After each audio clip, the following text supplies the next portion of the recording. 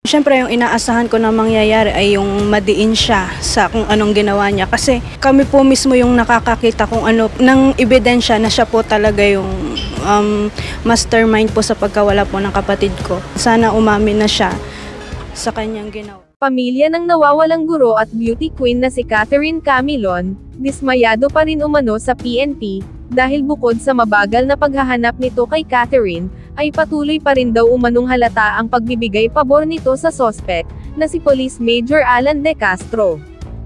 Gaya na lamang ng patuloy na pagpapagamit nito ng cellphone, habang nasa restrictive custody ng PNP. Nais umano ng pamilya ng biktima, na madiin ng husto ang kinikilalang mastermind at sospek na si Major De Castro, dahil sa dami na ng ebidensyang iprinisinta umano nila sa kapulisan. Napansin ko habang nakaupo, nakaganyan siya, nakaupo, may tinitingnan siya doon sa baba niya, doon sa may lap niya. Tapos noong makatapos na ang hearing, nakita ko nagsilid siya ng cellphone sa bulsa. Tinanong ko kila sir, pwede pa talagang gumamit ng cellphone ang kagaya niya? Ang sinagot lang allowed pa daw na makagamit siya ng cellphone. Pag sinabing may cellphone ka, may maraming makukontak ka.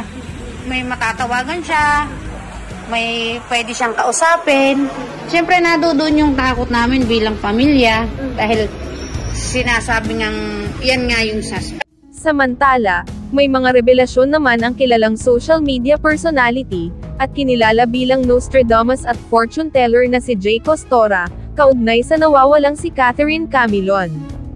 Pahayag nito, na alam daw mismo ng asawa ni Police Major De Castro ang nangyari kay Camilon, na kung saan ay inamin ng kapatid at ina ni Catherine, na pumunta mismo ang legal wife ni De Castro sa kanilang tahanan, upang pag-usapan ang tungkol sa namamagitan ni Catherine at sa Police Major.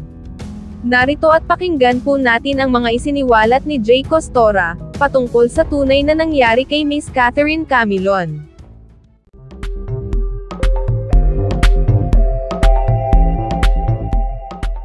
This is you, darling. Okay. Pag may queen dito at ate mo na, ay kapatid mo na to ha. Okay. Ikaw pala yung panganay.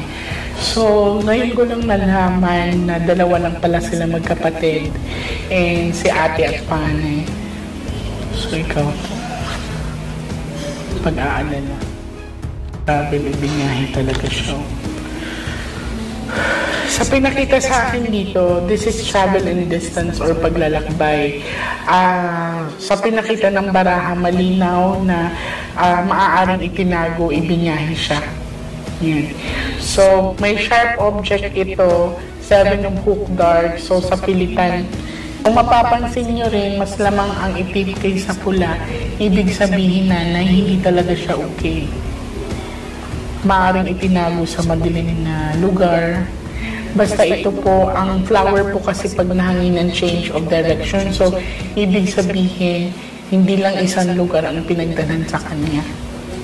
Tingnan po natin. Sharp object. So, ibig sabihin talaga sinasaktan yung kapatid niyo. Matulis kasi ang sharp na niya eh. So, ibig sabihin may sugat ang anak niyo. Okay, third party. So, sa pinakita sa akin dito, isa sa mga dahilan is third party involvement or pagsiselos. Yan. So, ito ay 4 box of dart. Itinago ang anak ninyo. Sa pinapakita sa akin dito, ang tinituro talaga is karelasyon. Tapos, ang pinakita dito, mother ay 2 lalaki. Ang pinakita muna dito. Pero ito ay sharp object, meaning may sugat yung anak ninyo. Lord Jesus Christ, tinungan ko. Bago na wala yung kapatid mo, may gulo na bang nangyari? Wala po. Walang umano sa inyo, walang nag-message sa kanya. Ang bali July 30 po, meron pong nagpunta po sa amin na isa pong babae at isa pong lalaki. Ang pakilala po hindi po pinakilala ng babae kung sino siya. Ang sinabi po niya, yung kasama niya pong lalaki na anak daw po noong tatay noong suspect. Nung parang karelasyon ng kapatid mo. Pero napag-alaman po namin na yung babae ay asawa po nung Suspect. Opo. suspect. So, ito kasi is merong tinatawag na trouble na pinakita na dito. Nanay, so pumunta sa bahay Opo. mo. Opo. Sino nakaharap niya, ikaw? Bali, ang nanay ko po. Nakausap mo directly, mother. Bali, nandoon po ako, nakikinig lang po ako sa usapan nila, pero sinilip ko po yung mga tao na yun. Kasi ito trouble na, oh. May pagsiselos po kasi dito, third party involvement. Nakakulong yung anak niyo ngayon. This is 4 bucks of far. Ang purpose natin dito is to locate or makita ang lugar. Ayan, oh. Third party. May alam yung babae.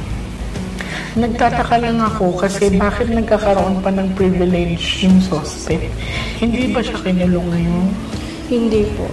Bali, nasa restrictive custody po siya ng PNP. Nakakapagtaka kasi pag ang normal na mga suspect, pag once na is kinukulong agad. Pero ito may mga pribilehiyo pa siyang na nagagawa. So, ibig sabihin, malaya pa siya nakakagamit ng cellphones, na malaya pa siya nakakapanood ng TV. Ikaw talaga ang bibig niya. So, ibig sabihin nung nagkaharap kay mother, wala siyang sinabi. Hindi ko siya nakatingin sa akin. Doon sa oras na kami magkakaharap. Kinikilaba ka na Kanya na po. ako tumingin. Hindi ko talaga pinatama yung paningin niya sa akin. Umiiwas siya sa pagtingin sa'yo. Hindi ko talaga dahil simula ko nung pumasok siya, sa kanya na ako tumingin. Hanggang sa matapos.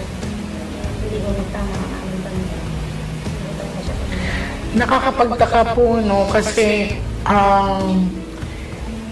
though hindi naman ako masyado nakasubaybay sa kaso ni Catherine at nakita ko naman sa balita, I don't know kung ano ng update ngayon, pero malinaw ang pinapakita dito. It's all about relationship and money daw. Oh. So, pagsiselos po, nagulat ako kasi may isang babaeng pinakita dito. Meaning to say, hindi lang siya ang babae ng lalaki. Siguro po kasi po, sabi po ni Catherine, Hindi lang siya. nagsabi po yung si Catherine sa asawa niya na may babae daw po. May babae pa. May babae po si Alan. Hindi ko lang po alam kung sino pa po yung tinutukoy na babae. Opo. Nagulat ako dito kasi hindi lang isang involved na babae ang nasa third party. Kailangan namin bilisan kasi bawat araw ay mahalaga, bawat oras ay mahalaga, lalo na ngayon ay may 4 bucks of dark. Ito kasi po, mother, is emptiness, empty room, empty space, kabaong din po kasi to. So, Lord, tulungan mo kami. Kung mapapansin niyo po, may sugat siya sa ulo. Look, may bandage po. Kalungkutan. So, ibinyahe talaga siya. Ito ay huwag niyong tingnan as, anong tawag doon sa karwahe. So, ito ay huwag niyong tingnan as karwahe. Tingnan niyo to na sasakyan. So, ito ay kalungkutan. Tingnan niyo po. Mabuti. Opo. So, ito po ay nagkaroon na talaga ng idea yung asawa regarding sa kanila ni Kat, no? Yan. Mother, makukuha natin ang hustisya. Tingnan niyo. May babae dito, tapos ito ay itim na ano nakikita mo? Pusa. So, itim na pusa serve as Bad luck. padla, pad-omen. So, ibig sabihin, talagang, ito kasi is pagtalikod, no? Ibig sabihin yan is pagkawala. Yung ibig sabihin is paghiwalay. So, ayaw pumayag nung lalaki na makipaghiwalay si Kat. So, yun ang isa sa reason kasi isa sa mga dahilan is ito ay kung mapapansin mo, darling, pera kasi yan. So, nag-invest na siguro yung guy sa kapatid mo. Kumbaga, syempre pag nagmahal tayo, nagbibigay talaga tayo ng suporta. So, ayaw siyang payagan. No? pakikipaglaban. So, ibig sabihin, lumaban pa pala anak mo. Ayun o. At saka ito, wag niyong tingnan as a sword. Sino lang ba ang may dalang armas ngayon? Yun pong lalaki. Nakukuha mo, sinasabi ng baraha. O binyahin nga. Naalala mo to, buntis. So, maaaring may issue din dito ng pregnancy. Inikot-ikot yung ate mo. Yung kapatid mo nakipaglaban talaga siya. Madilim. Pag-iisip. Kinikilabutan ako. Na ngayon sa nakikita ko ay malinaw na pinapakita sa mga barahan na nakipaglaban si Kat sa buhay niya. At meron pinapakita din dito na may babae nagdadalang tao. And then, sa pagbiyahe, ang kinakatakot namin ngayon is maaaring ibiyahe ulit si Kat or itago ulit. Kasi meron ditong pinapakita ng pagbiyaheng panibago. Tapos, dilim, ibig sabihin madaling araw. Mapapansin mo. Ang bali, Miss Jade, paano po kung halimbawa yung ito dito? Kasi buntis po yung asawa ng... Buntis yung asawa niya. Yung lalaki. Maaari ito yung asawang buntis. Ilang months na daw yun siya? Hindi po namin alam. Paano mo nalamang buntis? Kasi sa mga balita po, nabuntis Sa TV? Hindi po sa TV. Parang may mga nakakapagsabi lang po na buntis. Opo. So may nagsabing nanganak na yung asawa niya. Parang mga bali-balita lang din po. So hindi kasi ako updated, pero ang sinabi dito may babaeng nabubuntis. No? Mother, kung mapapansin niyo, may harang, ibig sabihin talagang until now tinatago pa siya. Tignan natin. Malinaw talaga ang pinakita dito ay walang ibang tinuturo na salarin sa gumawa is yung naging karelasyon ng kapatid mo. At sino lang ba ang may dalang armas ngayon? Nag-match po ang mga baraha sa mga kaganapan na nangyayari ayon sa balita, Mother. Kayo po ba ay binibigyan ng proteksyon? Opo. Meron naman po. Pagdidesisyon, pag-iisip. Tingnan mo. Opo. Nahuli na talaga sila. No? Pang-ilan na to? Patatlo po. Tatlo, no? Pinag-isipan pala na mabuti pinagplanuhan. Look at this one. Naalala mo to? Emperor po. Natatakot ako kasi dito, malinaw na pinapakita ng mga baraha, lalakasan ko yung loob ko ngayon para sa pamilya nila. Ang laban ng pamilya nila is laban ko rin. May emperor kasi dito, so ibig sabihin, may magko-cover up or may magpo-protection doon sa suspect. Mother, kahit anak niya, huwag niyong iusog ang laban, ha? Ano ba ang feature ng bird? Sila ang nagbibigay ng... Kung mapapansin niyo, Mother, ano ba ang ibon dati? Sa unang panahon, sila ang nagbibigay mensahe. Di ba tinatalian ng ibon? Opo. Tapos, naghahatid ng mensahe. Ibig sabihin, may exchanging of messages ito. Ibig sabihin, hanggang ngayon, hindi siya doon sa pangyayari.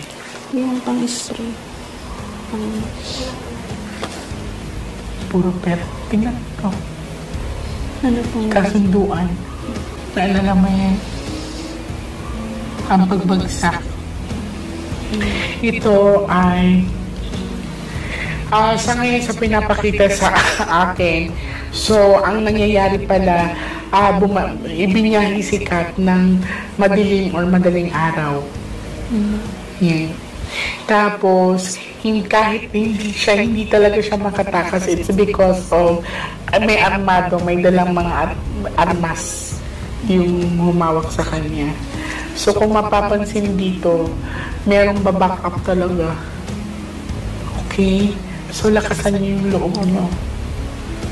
Magpapasalamat ako ngayon kasi walang death na pinakita.